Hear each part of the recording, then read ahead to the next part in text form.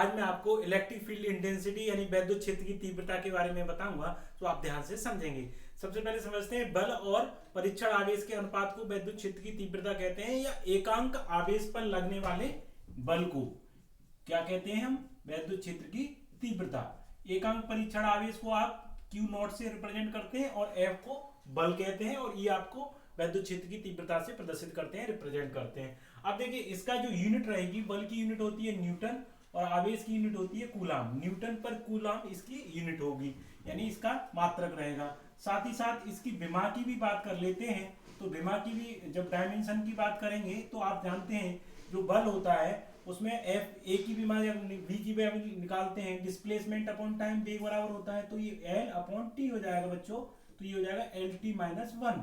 ऐसे ही अगर एक्सीलरेशन की निकालेंगे तो वेग परिवर्तन की दर को त्वरण कहते हैं, तो एल टी माइनस वन वेग की है जो ऊपर निकाल दी थी मैंने, फिर ये टी की, तो इधर सॉल्व करेंगे तो ये हो जाएगा एल टी माइनस टू।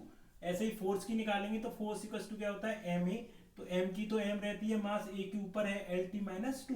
तो इस तरह से आपको पता चल गया कि फोर्स की डायमेंशन क्या होती है, M L T minus two. तो ये लगा देंगे यहाँ पे। उसके बाद चार्ज Q इक्वल टू क्या होता है आई टी, तो आई की क्या होती है एम्पियर में मापते हैं, और टाइम की क्या होती है ए टी, तो ये कितनी हो जाएगी ए टी। जब इसको सॉल्व करेंगे तो ये हो जाएगा M L T minus three A minus one, क्योंकि टी एक है ऊपर जाएगा तो माइनस का हो जाएगा, तो माइनस थ्री हो जाएगा। इस तरह से ये इसकी विमा हो गई। ये राशि कैसी है, क्योंकि बल एक सदिश राशि है, इसी तरह से सदिश और आवेश क्या है अदिश राशि है, तो इस तरह से ये राशि कैसी हो जाएगी सदिश।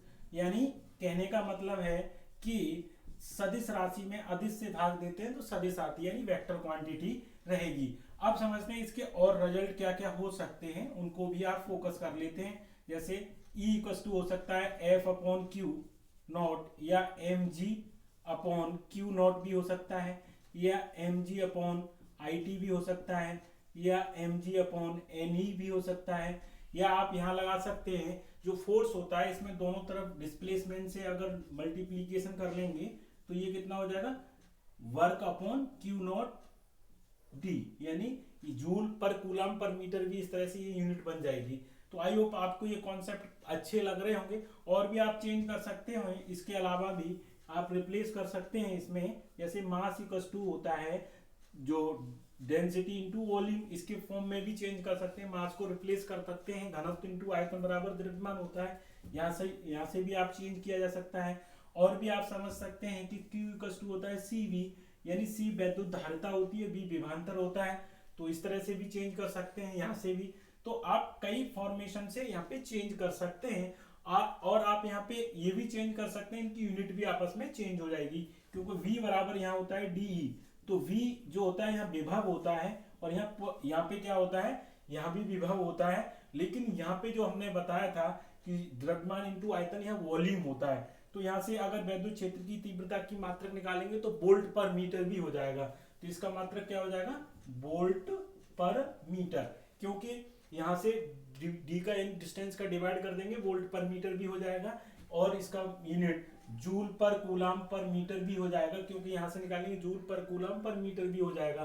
तो इस तरह से इसकी ये सारी की सारी ड्राइव्ड यूनिट होती हैं। वैसे इसकी अगर बेसिकली यूनिट की बात करेंगे, जो मूल इकाई की बात करेंगे वो किलोग्राम मीटर पर सेकंड क्यूब पर एम्पियर, इस तरह से ये इसकी फंडामेंटल यूनिट होती है। आई होप आपको क्लियर हुई वैद्युत क्षेत्र की तीव्रता क्या होती है। मिलते हैं नेक्स्ट वीडियो में। जय हिंद।